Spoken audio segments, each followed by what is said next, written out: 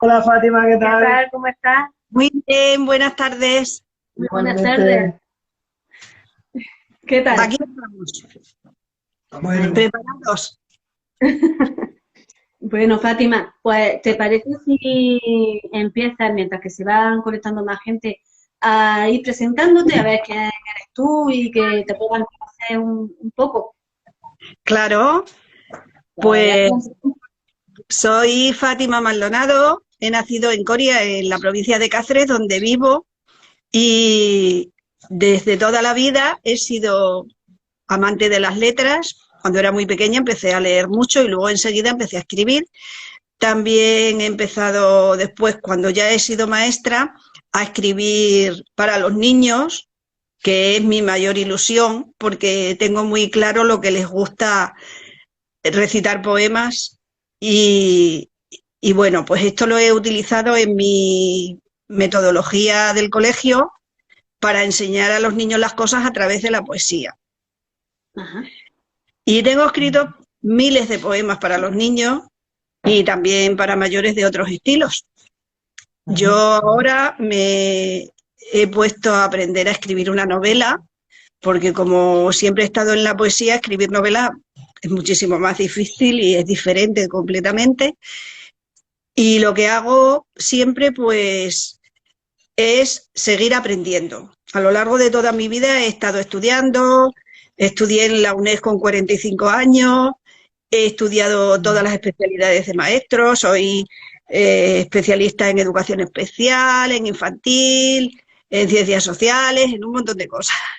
está muy bien. Y ahora, pues, aunque estoy jubilada, pues me gusta también seguir aprendiendo y sigo estudiando, leyendo mucho y escribiendo. Muy bien. Estupendo. Además, a eso es lo que tenemos que hacer, ¿no? Seguir avanzando y seguir aprendiendo hasta que nos muramos.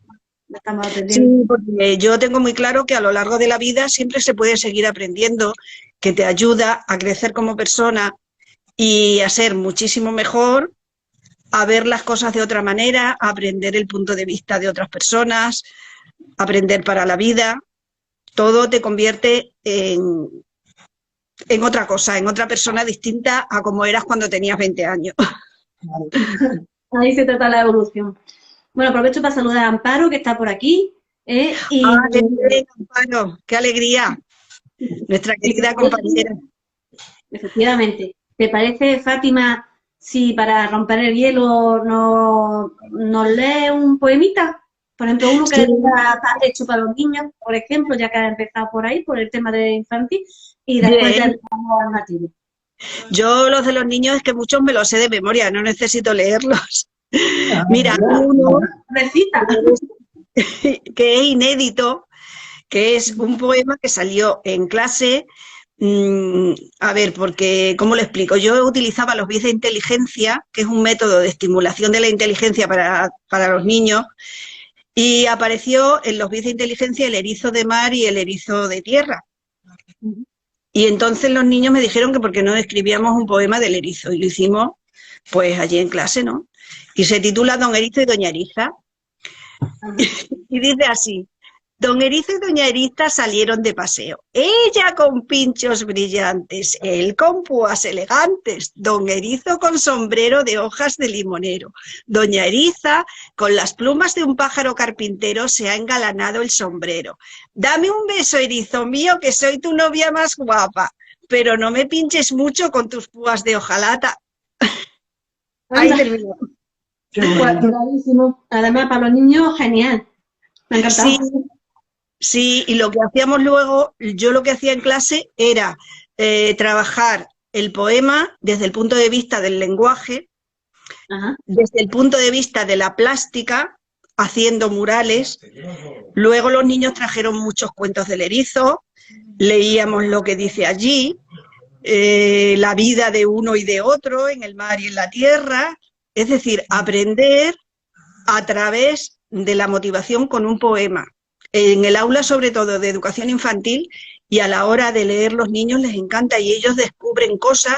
Por ejemplo, en un cuento en ese momento que ellos trajeron, había una frase que decía: el erizo una bola se hizo.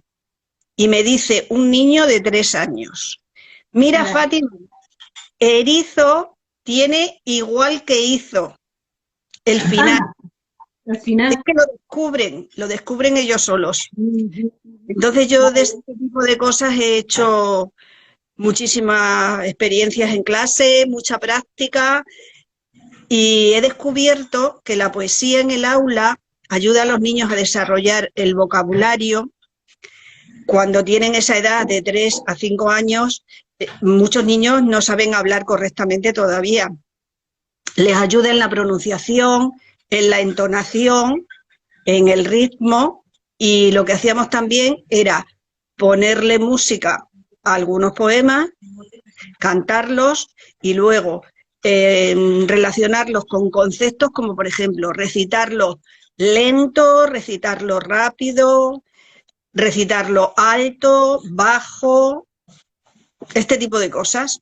Y luego todo eso va surgiendo en el aula sin que tú te des cuenta, te surge de momento y lo llegas a ver pues desde muchos puntos de vista. Por ejemplo, un poema de un número tiene, bueno, no sé si conocéis el término globalización en educación, supongo que sí, que es relacionar todas las áreas y enseñarlas a la vez.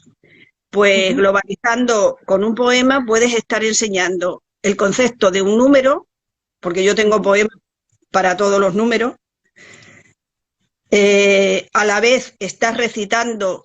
¿Y qué ocurre? Que a la hora de recitar el niño aprende vocabulario, pronunciación, entonación, ritmo, rima, y eso se relaciona con el desarrollo del lenguaje y el desarrollo de un concepto matemático. Y si luego eso lo pones en un mural, pintando con las manos, llevando cosas del número 1, una cosa de cada, o no sé, del número que sea, pues te ayuda a que el niño vea todos los conocimientos no como por separados, sino todo relacionado entre sí, que realmente es como es el conocimiento, porque el conocimiento nos llega a nuestro cerebro a través de una globalización con todas las cosas, igual que cuando lees un libro de historia, pues estás relacionando muchísimas cosas, ¿no? El ambiente social, la vida en aquella época, el vocabulario que tenían, etcétera. Oh, magnífico, magnífico. Además, una forma muy divertida también de que aprendan pues todos estos conceptos que acabas de decir. Y seguro que Sí. alguno por ahí que nos está viendo, que es del gremio de los maestros, le ha parecido muy interesante también, ¿eh? Y le ha gustado, Sí, seguro. probablemente sí, porque yo he preparado a mucha gente de oposiciones. Hubo una época en que preparé personas para las oposiciones de maestros y tengo mucha experiencia también en redactar temas para distintas especialidades, sobre todo para educación infantil. Y luego, bueno, no sé si quieres que hablemos de esto ahora, Alicia. En el año 98 me dieron un premio en Bélgica al maestro europeo. Te lo íbamos a preguntar de Cuéntanos, todas formas, cuéntanos. pero ya que has empezado, a ver cómo va eso. Pues sigo. Y qué es lo que se siente y qué, a ver, eso debe de ser. Pues Vamos, mira, yo fue una cosa muy curiosa porque yo mandé lo que se pedía al premio y no volví a saber nada. Pasaron, no sé, varios meses, pasó el día, era un concurso para celebrar el Día de la Primavera con poesía en todas las aulas de las escuelas de Europa. Y yo mandé mi trabajo, que consistió en hacer una unidad didáctica para los niños de 4 años para enseñarles cómo es Europa. Y durante una semana yo trabajé con ellos en la clase y fui recogiendo todas las experiencias, las conversaciones, los trabajos que íbamos haciendo, los dibujos. Hicimos una fiesta con las mamás, reciclando bolsas de plástico de las de la compra, y le hicimos un traje como de carnaval a los niños, que era muy sencillo, era una tira de papel aquí en el cuello, bueno, de cartulina, y ahí enganchamos con grapas tiras de plástico, entonces parecían como pollitos, y yo también me disfracé y hicimos una fiesta en la clase, vinieron todas las madres, y eso lo grabamos en vídeo, me grabaron conversaciones con los niños en la asamblea. Y entonces, una vez que había pasado ya el día 21, yo no sabía nada, y al volver de vacaciones de Semana Santa, una compañera que estaba en un colegio de Madrid, que a una niña de su clase le habían dado el premio a un niño, porque había un premio para un niño de cada país y un premio a un solo maestro. Y se llama Flor, que la quiero mucho. Pues Flor me llamó al colegio porque no había podido encontrarme, y es que ella es de un pueblo cerca de donde yo vivo. Y le hizo tanta ilusión porque los niños fueron el 21 de marzo a Bélgica, a Bruselas, para estar allí todos juntos, los niños de todos los países, con su maestro o con su maestra. Y pues allí ella oyó que una maestra de Extremadura, que nosotros somos, pues estamos de las regiones más atrasadas de Europa, no de España, de Europa, y ver que allí decían que una maestra de Extremadura y de Coria, que es cerca de donde ella vive, ella es de Villa del Campo, un pueblecito aquí al lado, que había ganado el premio al maestro, pues dice que ella no pudo menos que echarse a llorar. Y yo cuando te dicen eso por teléfono, una persona que tú no conoces de nada, pues bueno, una emoción enorme, ¿no? Y luego fui allí durante 11 días, estuve en una bienal de poesía en Lieja con poetas de todo el mundo, que fue una cosa impresionante. El premio me lo dio Federico Mayor Zaragoza, que entonces era el presidente de la UNESCO, y conocí a muchísimos escritores de todas partes.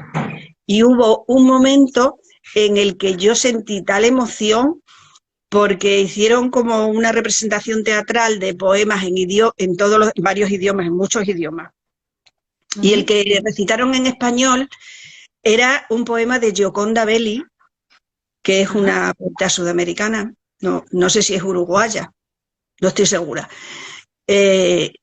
Y cuando empezaron a representar, o sea, era dramatizado ese poema allí en español, aquello fue, bueno, algo como que me abrió el alma al mundo de otra manera, fue precioso, precioso.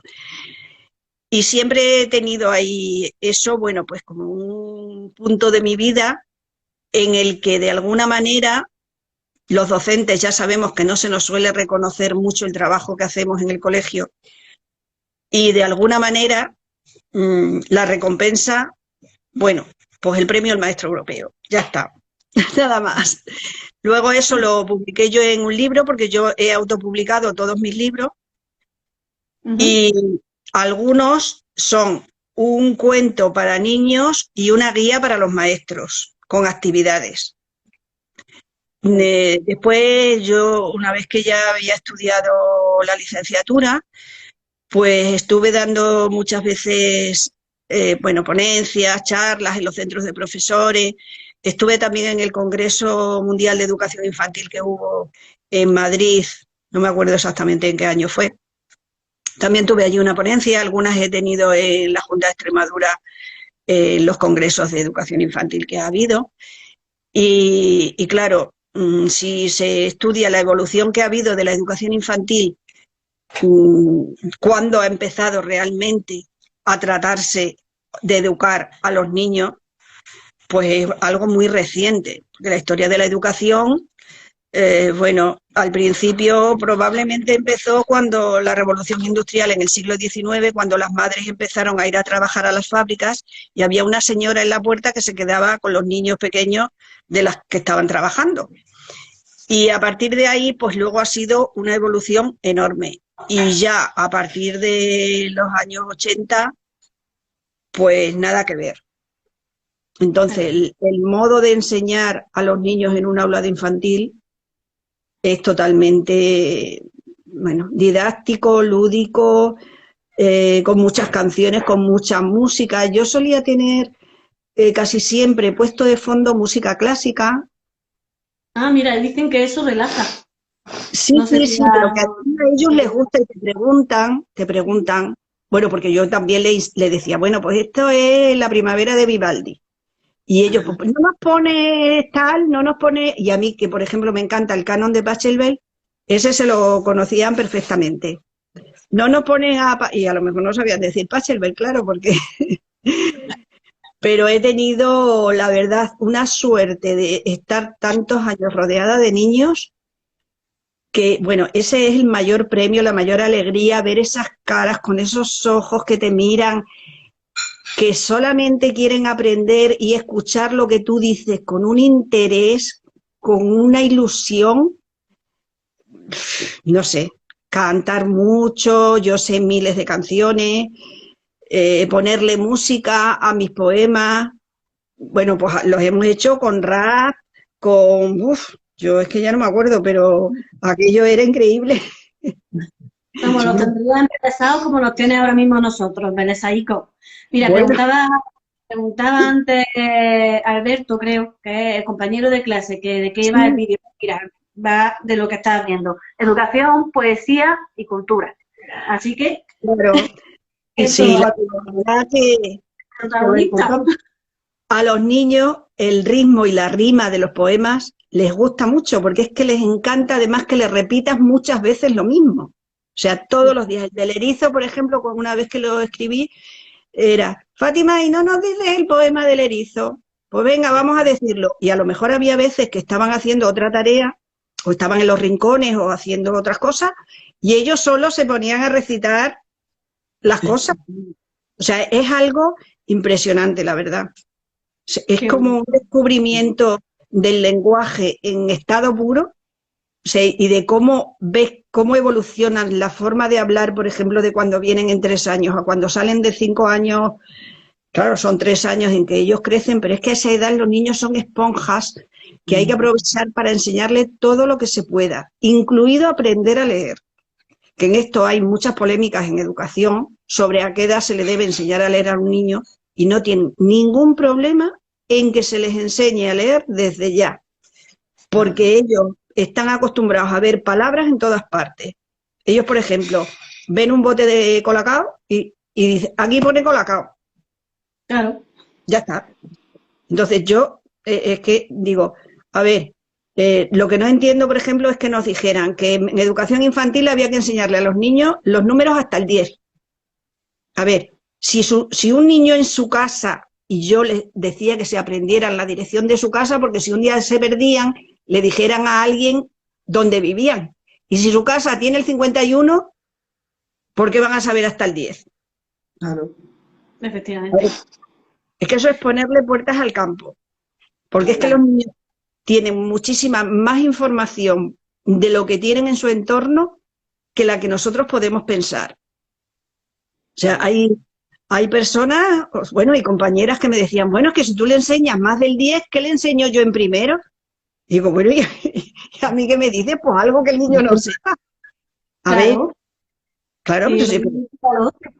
Claro. es que no tiene sentido que el niño esté viendo cosas y las sepa, que sepa que su casa es el 51 y luego le digas pues que no, que solo tiene que aprender hasta el 10. Pues no. O sea, yo soy muy amiga de enseñarle a los niños todo lo que se pueda y cuanto antes mejor y darle muchísima estimulación por todos los sentidos. Yo, si hay alguna madre que nos esté escuchando, desde luego, vamos, a través de los sentidos es a través de donde entra todo el conocimiento. Claro.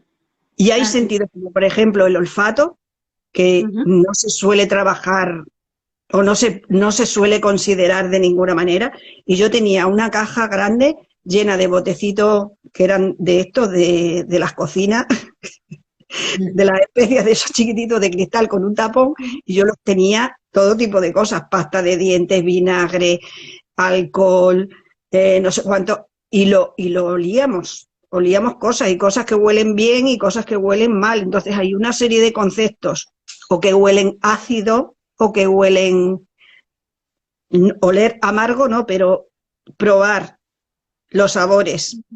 Que yo lo que hacía también eran muchos talleres de cocina con las madres. Una vez al mes hacíamos un taller de cocina, pues, por ejemplo, la Magdalena, bueno, yo escribía poemas de 4 veces, que no me acuerdo ahora del de la Magdalena, pero bueno, de las pizzas, de los frutos secos, de no sé qué. Y a la hora de trabajar un taller de cocina, o sea, si era Ujú. de los frutos secos, por ejemplo, aprovechábamos en el otoño, vale, las nueces, las castañas, no sé, todos los frutos secos que hay. Pues para trabajar los conceptos de la cáscara dura, el concepto duro y blando, los talleres de cocina, dulce, salado, ácido, amargo, el limón, que por ejemplo hay un poema del amarillo, que es amarillo, amarillo, amarillo, limón, coge los membrillos que amarillos son. Vale, pues entonces, el sabor del membrillo y el sabor del limón, Totalmente eso, reflejado. claro, entonces es una forma de acceder al conocimiento de las cosas de otra manera. O sea, yo no sé cómo, bueno, he hecho muchísima formación, la verdad, porque yo cursos del CPR, todos los que me ofrecían y más, y luego otros que yo hacía por mi cuenta de todo tipo, ¿no? Y estudiando llegas a la conclusión de que a los niños no hay que limitarles la forma de conocer las cosas. Y luego, por ejemplo, para el tacto, yo tenía un libro bueno, era un archivador pequeñito, que entonces trabajábamos mucho en tamaño cuartilla, que el folio vino luego después más tarde. Pues de estos de 2 agujeros, con telas de todo tipo. Entonces, pues había arpillera, terciopelo. Las madres me traían retazos de tela, los cortábamos con las tijeritas esas de los piquitos y ellos te ponían allí a tocar. Entonces, suave, áspero, telas de invierno, telas de verano, finas, gruesas, de dónde vienen y de qué están hechas, de dónde se hace bueno, la lana. Pues esto viene de las ovejas, pues las ovejas donde viven, en el campo. ¿Qué tienen las ovejas por fuera? Por lana. Ah, pero con eso se hace esta tela. Sí, sí, cariño, con esto se hace, con esto nos hacemos los abrigos. Sí. Es así, es ir uniendo unas cosas con otras de tal manera que eso al niño no se le olvida jamás. Porque además es que te lo preguntan ellos. Ya se acostumbran a preguntarte ellos. Y luego hacía una cosa muy interesante que también a la hora de que ellos aprendan las cosas tienen que tener cerca cosas conocidas para ellos. Es decir, yo les decía, traer etiquetas de cartón, de cajas, de las cosas que ellos comen, pues no sé, los cereales que comen los bebés, no me acuerdo cómo se llaman, los Nutriben o los que fueran. Y hacíamos un juego que era poner en una caja de 2 en 2, 2 iguales, 2 iguales, 2 iguales, de todas las cosas que había, ¿no? Bueno, por ejemplo, Colacao, Nesquik, de cajas de crema, de Nivea, no sé qué. Y entonces el juego se trataba de extenderlos en la alfombra, repartir a los niños uno a cada uno y buscar el par.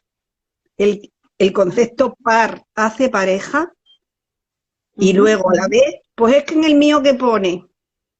Pues si alguno no sabía lo que ponía, pues yo se lo decía. Pone tal, o de colonia, de bebé, de lo que sea. Y bueno, eso es verlos, aprender eso, es algo que no tiene precio. Efectivamente, totalmente de acuerdo. Por aquí Sí. nos preguntaba Paco Santos antes alguna cosilla. Sí, ¿Tienes por ahí a mano? Paco dice que ¿por qué deja de ser lúdica la educación en los grados superiores? A ver, yo he dado clases desde infantil hasta secundaria y he pasado por todos los estos. Yo tengo muy claro que si comparamos la educación del siglo XX-XXI con la que tenían, por ejemplo, nuestros padres, se ha introducido en la educación una cantidad de materias que entonces no se estudiaban en la escuela. Es decir, la música, el inglés, el día del medio ambiente, el día del agua, el día de la mujer, el día de esto, el día del otro. O sea, hay tal cantidad de cosas que hay que enseñarle a los niños que yo no sé hasta qué punto. A ver, todas las materias son importantes, está claro. La educación física, la tal. Y te encuentras con que las leyes educativas han puesto los horarios de tal manera que es así. O sea, yo, por ejemplo, os puedo hablar de una clase de primero de primaria, niños de 6 años. Yo era la tutora. Entonces, las clases de antes del recreo eran de 55 minutos. Te quitan 5 minutos para el recreo. cuando a las 9 vienen los niños, entre que se quitan los abrigos, colocan la cartera, se sientan, se callan y tú los pones a trabajar, ha pasado un cuarto de hora. Claro. Cuando tú te pones a explicar un ejercicio y los tienes a todos más concentrados y más atentos a lo que estamos haciendo, viene la profesora de inglés. Yo me tengo que ir. Ese trabajo, si no lo han acabado, es que no sé cómo están estructurados los horarios, no sé eso, porque en cursos pequeños yo, por ejemplo, sería partidaria de que las clases fueran de 2 horas. Porque es que si no, o sea, no hay tiempo. ¿Cuándo leen esos niños que yo cuando he estado en infantil, que siempre he enseñado a leer a miles de niños, y es que me encanta enseñar a leer, tienen que leer uno por uno con su maestra, y yo leía uno por uno con cada niño mientras estaban haciendo otras actividades, pero es que es imposible. O sea, de este modo es imposible. Entonces, se acaba el inglés, viene el de educación física. Después del recreo, las clases son de 50 minutos, 10 minutos menos. Es que no te da tiempo. Y luego, ¿cómo te vas a poner a hacer actividades lúdicas si tienes unos libros con unos contenidos que tú tienes que dar a lo largo del curso? Porque los libros cuestan dinero y yo por lo menos es algo que no soporto. O sea, que dejen los libros sin acabar. Mis hijas, ha habido años que venían con los libros, algunos libros a la mitad. Pues no, señor. Ese libro se tiene que dar entero, sea como sea. Es lo suyo. Claro. Entonces, hay una serie de circunstancias y de condicionantes que yo con los niños mayores, vamos, he trabajado la poesía muchísimo y de hecho les he escrito poemas a ellos, a los niños de secundaria cuando acababa el curso y se lo dedicaba, y hemos trabajado muchísimas cosas de otra forma, pero claro, yo ya ahí, en secundaria por ejemplo, yo iba a dar clases de ciencias sociales. En una hora que no es una hora, ¿cómo te vas a hacer actividades lúdicas si no te da tiempo a dar el temario que tienes? Claro, imposible, efectivamente. Entonces, no sé, yo realmente pienso que a la hora de establecer las leyes educativas tendrían que ser los maestros que están en las aulas que participaran de alguna manera. Porque somos los que vemos lo que te pasa cuando llegas a la hora de la práctica. Y luego, una cosa que a mí me duele en el alma, y es algo que está establecido por ley, es que los niños que tienen dificultades educativas, la orientadora los saca en la hora de lengua y de matemáticas. Eso, para mí, es un error garrafal. O sea, un niño que no sabe leer y escribir bien, que está en primero de primaria y que tiene que irse cuando su maestra está dando la clase de lengua para recibir un apoyo. ¿Qué apoyo? Si su libro lo va a dejar de dar y de hacer. O sea, es algo que no. A ver, luego se pide muchas veces que haya muchos recursos, que pongan pues, más pedagogos, más PT, más AL, más no sé cuánto. Pero es que eso tendría que ser en otros horarios o de otra manera, establecerlo de otra forma. Porque dicen, no, es que en clase de inglés no se puede sacar a un niño a recibir apoyo de lengua. Pero vamos a ver, ¿qué hace un niño en una clase de inglés si no sabe leer en español ni en castellano? ¿Qué hace aprendiendo otro idioma si a lo mejor no habla bien su propio idioma? Claro. O sea, a mí eso es algo que es que no lo entiendo, no lo entiendo. Pero bueno, así es la cosa. Entonces yo, lo que también le digo a las madres, si hay alguna escuchando, es que yo escucho muchas veces, no a las madres, ay, porque este niño no es capaz de hacer los deberes él solo, porque me tiene todo el día ahí pendiente de él, porque esto, porque lo otro. Vamos a ver, a los niños hay que enseñarles también en casa y ayudarles en casa, porque en el colegio no tienen tiempo. Claro. Y tienes que vigilar, o no, vigilar no en el sentido de vigilar, sino ver qué ha hecho cada día en el colegio, qué ha aprendido, cómo le ha ido, hablar con ellos muchísimo. Y estar pendiente de que leer y escribir, sobre todo leer, es lo más importante para que un niño no tenga fracaso escolar. O sea, porque leyendo es la única manera en que le va a poder estudiar y aprender lo que tenga que aprender. Claro. Y escribiendo también, por supuesto. Pero la lectura es imprescindible. Entonces, leerles a los niños en voz alta es un ejercicio súper importante y que luego ellos repitan lo que tú has leído. Porque hay una cosa que yo también he observado, que es que los niños no tienen un modelo de lectura correcto. Tú te pones a leer con un niño y él empieza mi, pa, vale. Y si él no ha oído nunca que eso se tiene que leer, mi papá come pan, ¿qué haces? O sea, Bueno, yo, eso, sentarlos quietos y leerles tú primero el texto. Dice, esto sería así, separa uno los puntos, las comas, en lo que sea, las interrogaciones, las admiraciones, la entonación. Y una vez hecho eso, que ellos se pongan a leer. Y en casa hay que ayudarles mucho. Yo entiendo que no se tiene tiempo, que las madres trabajan, que todo lo que tú quieras.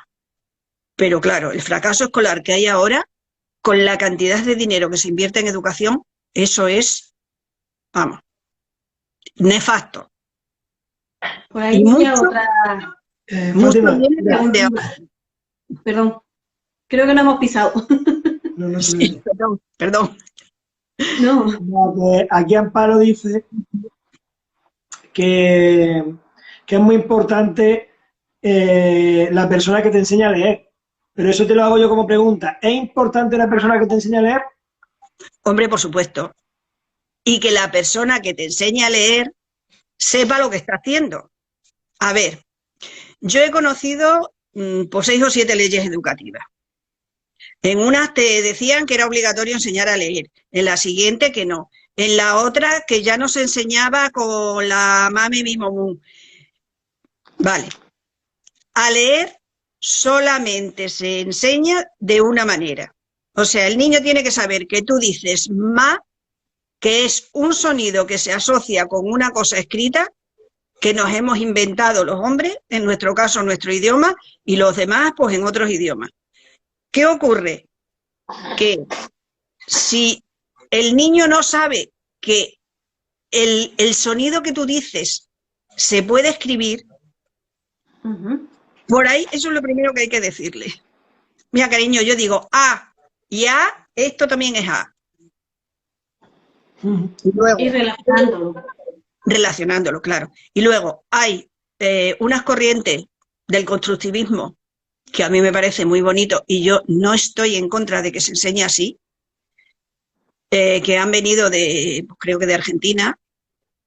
Bueno, yo hice muchos cursos con Miriam Nemirovsky, conozco perfectamente de qué va. Y a ver, es una teoría que dice que al niño no se le tiene que enseñar a escribir como se escribe. O sea, mis niños se ponían con un círculo a hacer la O en la dirección en que se tiene que hacer. Pues no, esta señora dice que tú le pongas las letras en mayúscula, que el niño tiene que aprender a leer en mayúscula, porque las letras ligadas no se sabe dónde empieza una y dónde acaba otra, vale, perfecto. Pero las mayúsculas, y que empiece por donde él quiera. O sea, yo me he encontrado niños en tercero y en cuarto de primaria haciendo la D de atrás para adelante, la D minúscula. O sea, un palito así, un palo para arriba y una barriguita para este lado. A ver eso, ¿cómo se come? ¿Y cómo quitas ese vicio? O sea, porque Claro. la escritura es algo que como cojan una forma de hacerlo mal desde el principio, eso no hay quien lo quite.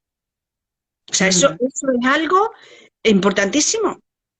Bueno, pues hay quien dice que es que eso es un aburrimiento, que los niños se aburren en clase, que es que eso es como tú se lo presentes. O sea, es un aburrimiento, pero para los padres no es un aburrimiento estar trabajando todo el día haciendo pan, lo mismo siempre.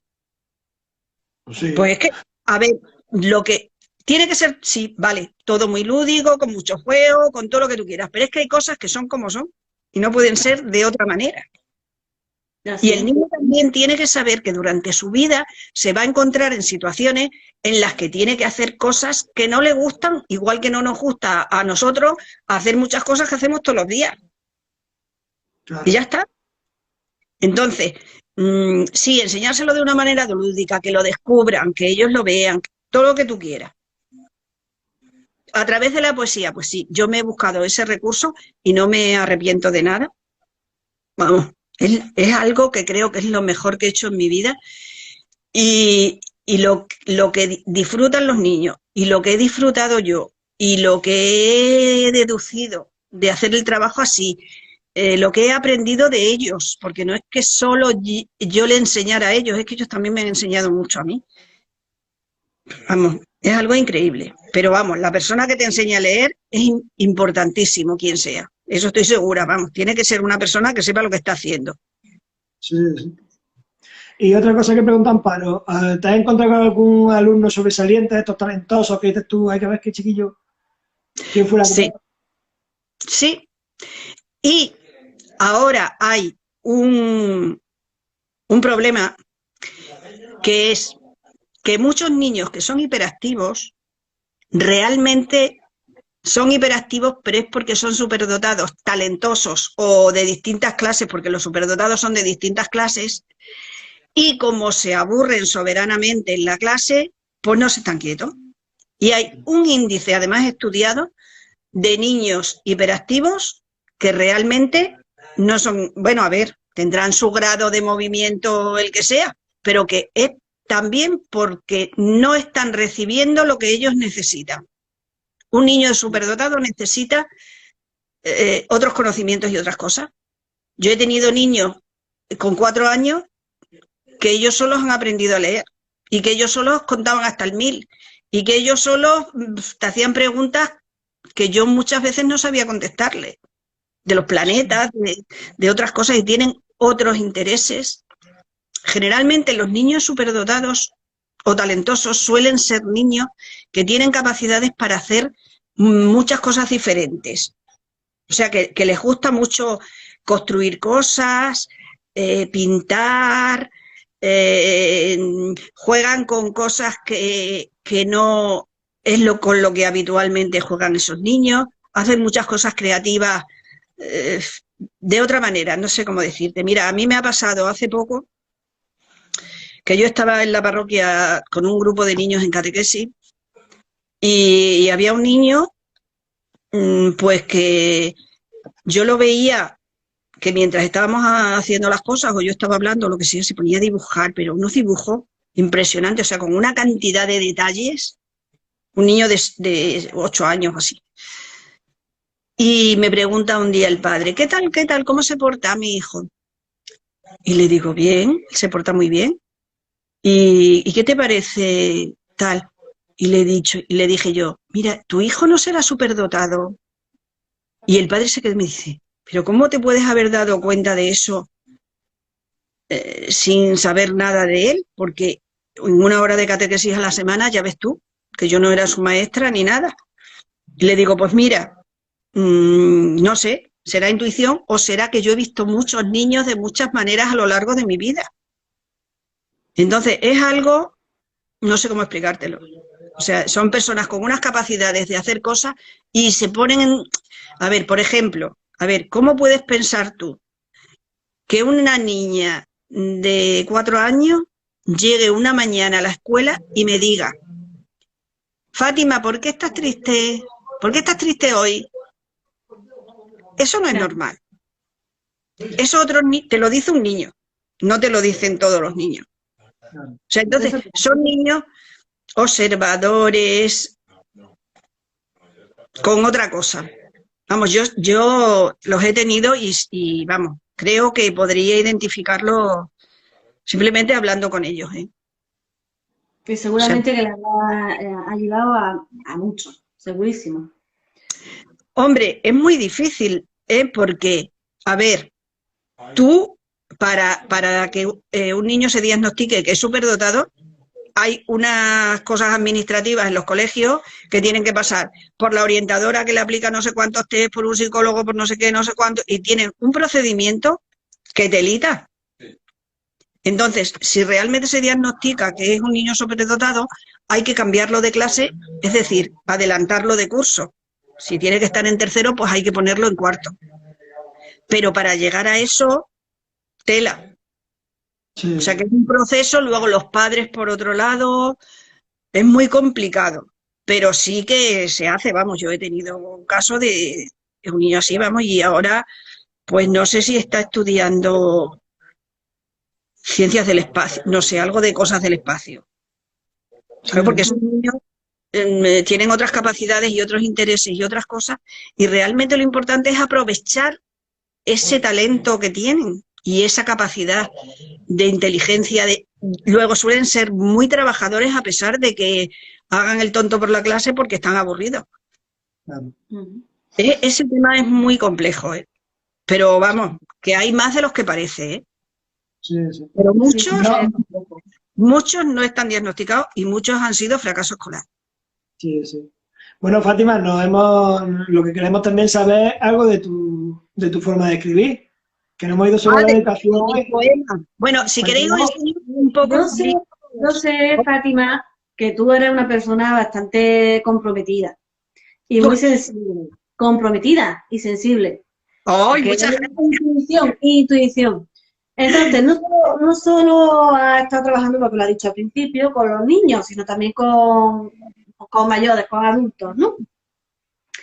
Y yo Sí, leí por ahí, por tu página, no me acuerdo mismo dónde, un poemita que viene a colación de lo que ha dicho Julio, referente a la mujer. No sé si lo tienes por ahí o algo similar, para que nos pues, puedas... pues ahora mismo creo que ese concretamente no lo tengo. Tengo otros. Tengo, bueno, mira, tú te refieres a los del Día de la Mujer, pero vamos, esos están en mi página en Facebook y en WhatsApp, oye, perdón, y en Instagram. Pero te puedo leer uno que a lo mejor no lo conoces. A ver, yo he participado algunas veces también con las asociaciones de mujeres que me pedían ir a dar conferencias en el Día de la Mujer Trabajadora, en eventos que hacía. Y soy muy sensible también hacia los malos tratos, la sociedad que tenemos desgraciadamente tan terrible. Y tengo la capacidad, que eso sí estoy segura, de ser capaz de expresar lo que siento en palabras, sobre todo en poemas. Y os voy a leer un poema que escribí en el hospital cuando estaba una vez ingresada con mi madre, que por cierto luego lo criticaron bastante, en el hospital no les gustó, pero bueno, pero ahora os digo por qué. ¿Quieres que lea este, Alicia? Sí, Sí, léalo, claro. léalo. En el hospital. En el verde pastel de la pared luchan la vida y la muerte discurriendo sin tregua por el tubo transparente de un gotero. El termómetro, el desayuno, una conexión con el mundo exterior y la sonda, el oxígeno, la entremetida, ayudas, escuchas, alientas, empujas, devuelves la esperanza con la sonrisa abierta a pesar de los olores imposibles, a pesar de las voces desvalidas de ancianos solos en habitaciones vacías. El ruido del carrito en el pasillo, los zuecos y las risas ajenas al dolor. Un móvil perdido vomita un pasodoble sin sentido, mientras haces kilómetros repartiendo pañales y almohadas en un intento frágil de aliviar el dolor. Tu vida está pendiente de un electro, 1000 pruebas diferentes y diagnósticos, palabras increíbles, amaneceres monótonos, días iguales viendo cómo pasa el tiempo en el hospital. Entiendo que no le gustase. No, ¿sabes? No, lo que no les gustó fue lo del teléfono, lo de las Sí, músicas. sí, me lo he Pero imaginado. yo no me refería a los trabajadores ni a las enfermeras que hicieran eso, eran los visitantes los que iban a la hora de la visita por el pasillo dando voces y haciendo cosas de esas. Pero vamos, yo se lo dediqué a los de la planta de medicina interna del Hospital de Coria, con todo Sí, mi sí. cariño, porque la verdad, no lo sé si alguien me estará oyendo, pero les agradezco de todo corazón cómo me han tratado siempre y cómo han tratado a mi madre cuando he estado allí. Muchas veces, mi madre ya hace 2 años que se fue. Pero Bueno, bueno, sí. esto es pues del 2009, es este poema. Esto él lo dice porque él trabaja en el hospital y sabe, En un hospital y entonces sabe sabe cómo es. cómo pueden pensar, entonces por eso te lo ha Me lo he dicho. imaginado, me imaginaba que ese era el fallo, pero bueno. Que Vamos. es un malentendido, ya está. La cosa se No, hace No, con cariño y el poema es muy bonito. A mí me ha gustado, ¿eh? Bueno, ¿y cómo haces para crear esos poemas?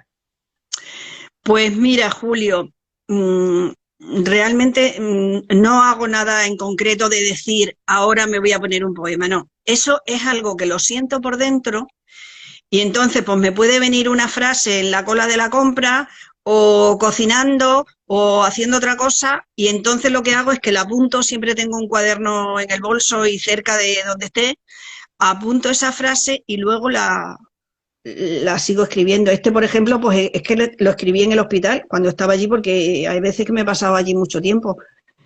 Sí. Y bueno, luego hay ejercicios que también he hecho a veces con los niños mayores que era que ellos dijeran 2 palabras y con esas 2 palabras crear un poema entre todos, pero a lo mejor 2 palabras que no tienen nada que ver una con la otra. Ese era un ejercicio que sí hacíamos mucho. Y, en fin, no tengo ningún método ni ninguna cosa. Es algo que me sale espontáneamente. Hasta yo misma me sorprendo de que hay veces que me entra una cosa, o sea, es como un chorro de energía, de fluidez de palabras, que es que eso es una capacidad que Dios me habrá dado, como de jugar con las palabras y entonces ponerme y escribir y bueno, luego a lo mejor lo puedo corregir, pero respecto a escribir en prosa, no tiene nada que ver. O sea, a mí escribir en prosa, bueno, ahora me está costando ya algo menos, pero me está costando mucho.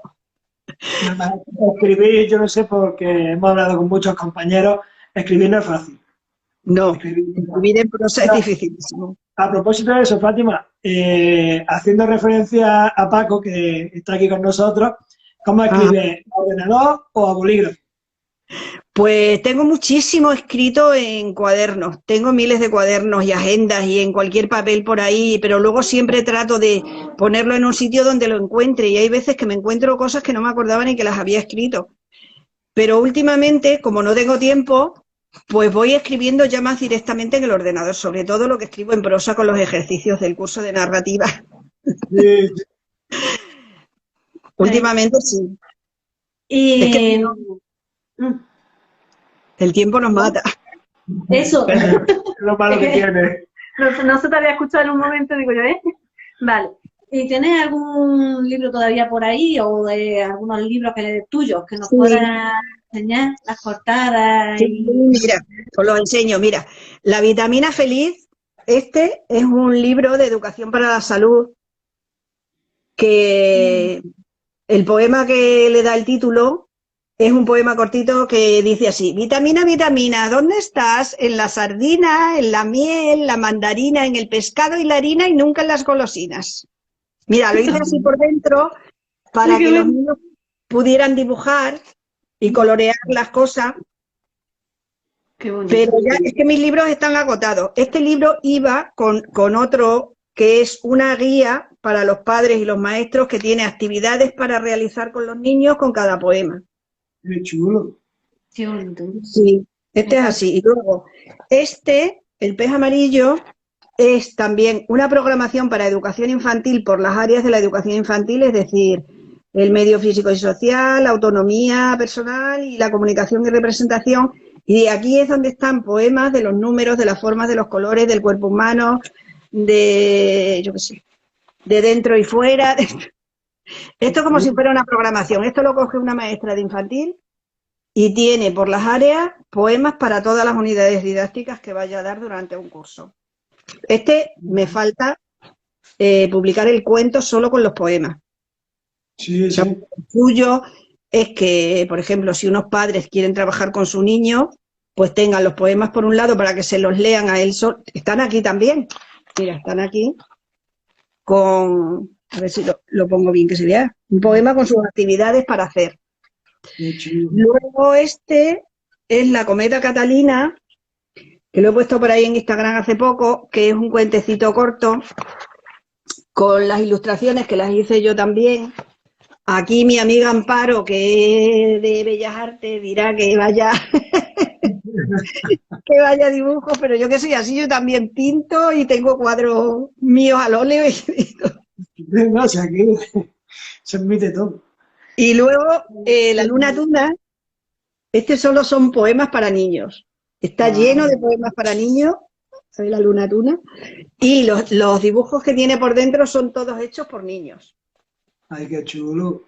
Qué Qué bonito. bonito. Realmente, mira, me tendría que poner a reeditar esto, porque yo creo que a las madres de ahora les gustaría para los niños, bueno, la gente de por aquí, mis alumnos que ya son mayores, me dicen que los tienen guardados como un tesoro.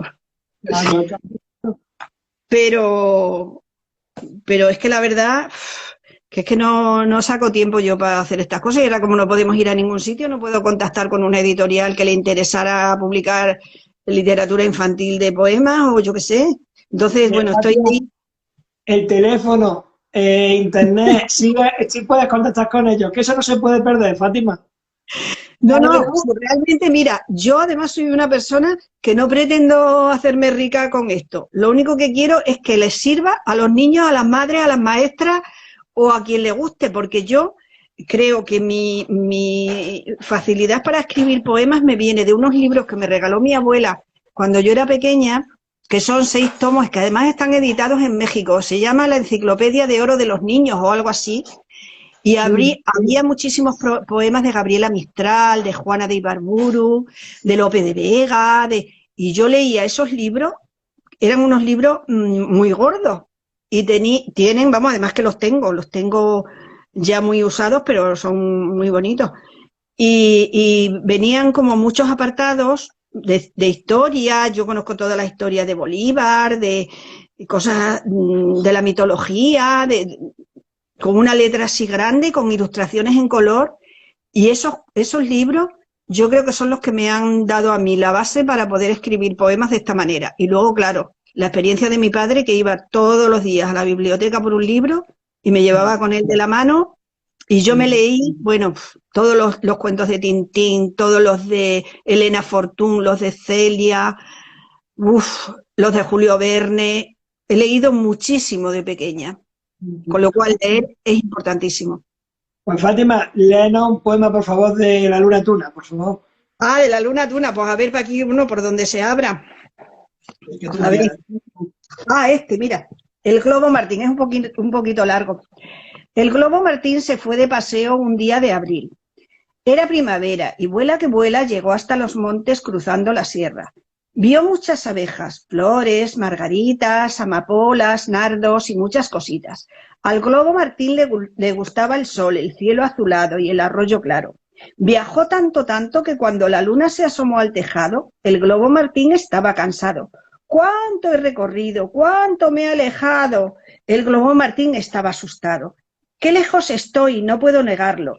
Y entonces la luna con su voz tan clara le dijo a Martín: yo te llevo, vamos. Bravo. Muy bueno. El Globo Martín. Pero, Martín, qué chulo. Qué bonito, mira. Qué chulo. Me parece una luna. Sí, Pues- voy a hacer fotos a estos poemas y los voy a poner en Instagram para que la gente los lea si le gusta. Pues Pues sí, sí, porque seguro. merecen la pena. Anda, los dos a la vez. Seguro que les gusta. Sí, Y Fátima, que no lo dejes, que reedítalo otra vez. Porque yo tengo amigas que son profesoras de infantil y seguro que les puede venir bien. sí, yo sé que a las maestras de infantil le encantaban porque es un material muy fácil para trabajar y hay muchos poemas de 4 versos cortitos que los niños se los aprenden rápido, que, bueno. Yo sé realmente todo el poderío, por decir de alguna manera, que hay en los poemas para los niños. Sí. Es que es una herramienta, y como claro, ahora la poesía está como muy poco valorada porque con las nuevas tecnologías ya todo es como de otra manera, pero es que a los niños les encanta. Claro. O sea, yo esas caras de estarte mirando con la boca abierta y dínoslo otra vez, y dínoslo otra vez, es que eso no se puede perder. No tiene precio, seguro. Sí, y yo estoy segura que esa huella a los niños que han pasado por mis manos les ha quedado de alguna manera para el futuro, o para cuando tengan hijos, o para cuando sea. Algo les tiene que haber hecho, algún efecto, digo yo. Seguro, Claro. seguro. Bueno, Fátima, y ahora con la narrativa, ¿qué proyecto tienes? Me he enterado porque tienes un cuentillo por ahí. Sí, pues Tiene un mira, pajarito por ahí.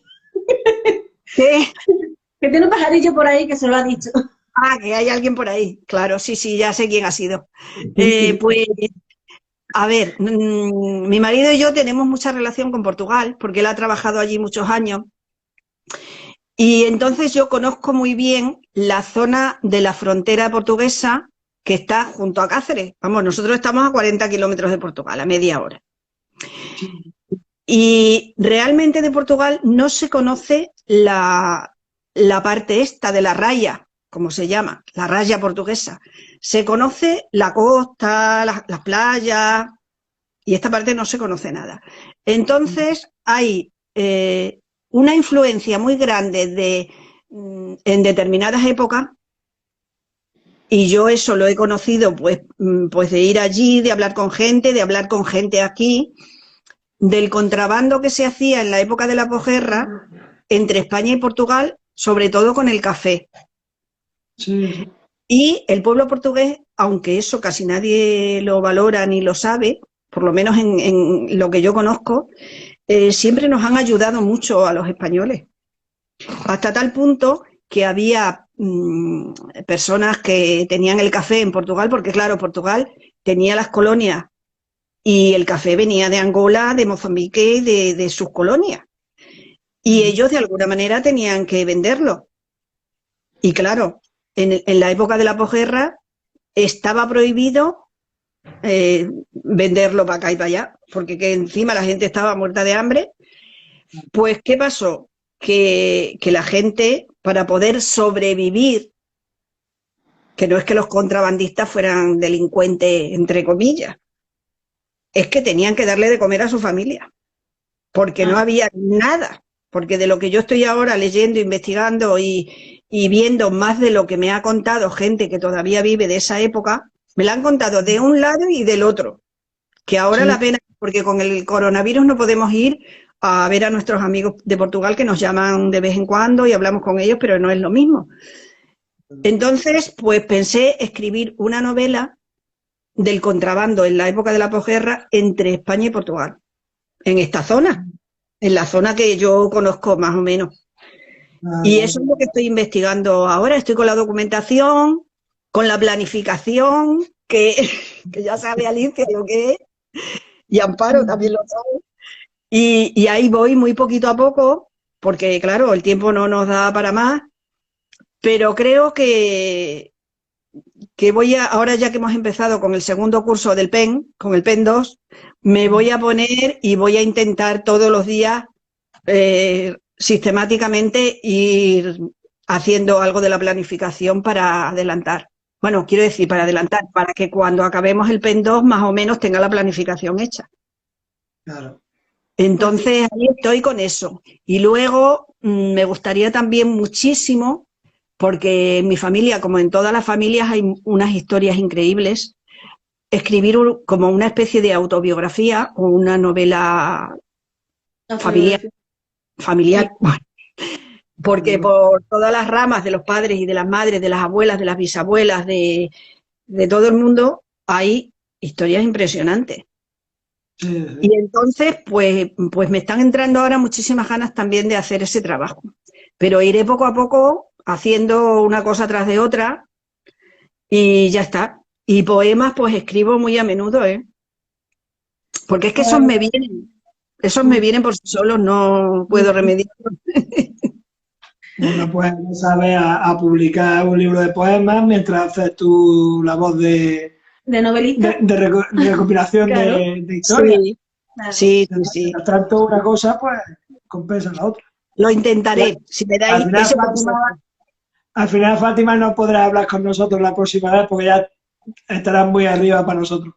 Vamos, anda, Julio, no digas eso, pues lo contenta que estoy yo y lo agradecía, como dicen aquí en mi tierra, de que me hayáis dado esta oportunidad. No, pero ya la próxima vez tendremos que hablar pues, con tu manager o con el que te lleve. Ahora ya que no el espacio, por lo menos. Que yo no soy así, que yo soy lo más normal del mundo.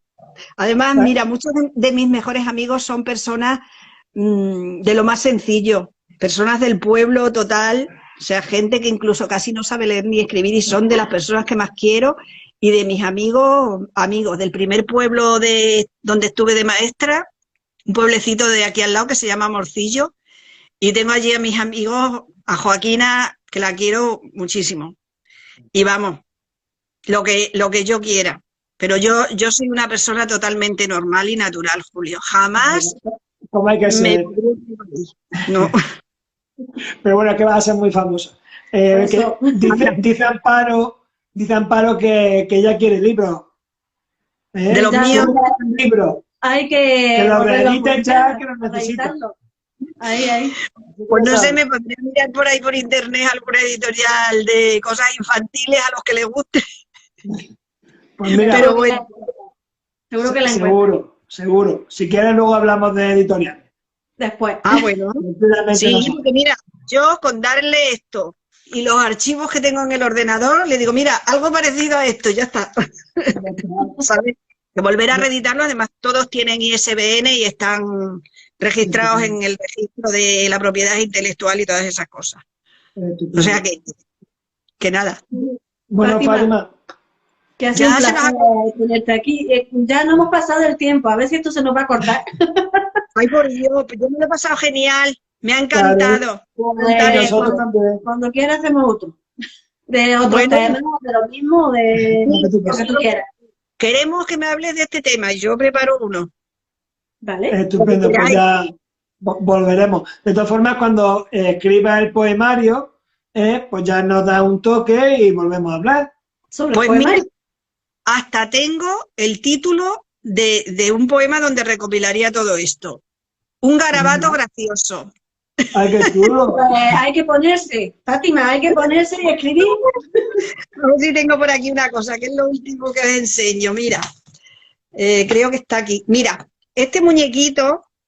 Sí. Uy, qué gracioso. Qué gracioso.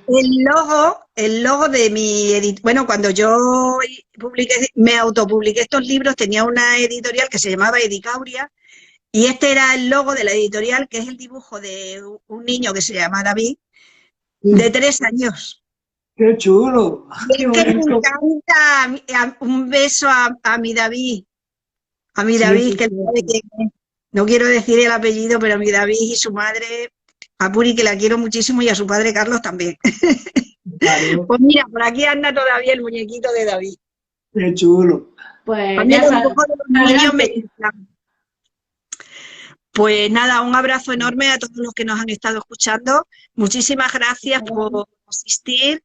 Y bueno, pues que aquí estoy. Si alguien quiere decirme algo por mi Facebook, estoy en Facebook con mi nombre, Fátima Maldonado, y en Instagram también, que Instagram he empezado hace poquito a utilizarlo, entonces estoy un poco aprendiendo y iré subiendo poco a poco todos los días. Voy a intentar subir algún poema de los niños, de mi otra faceta.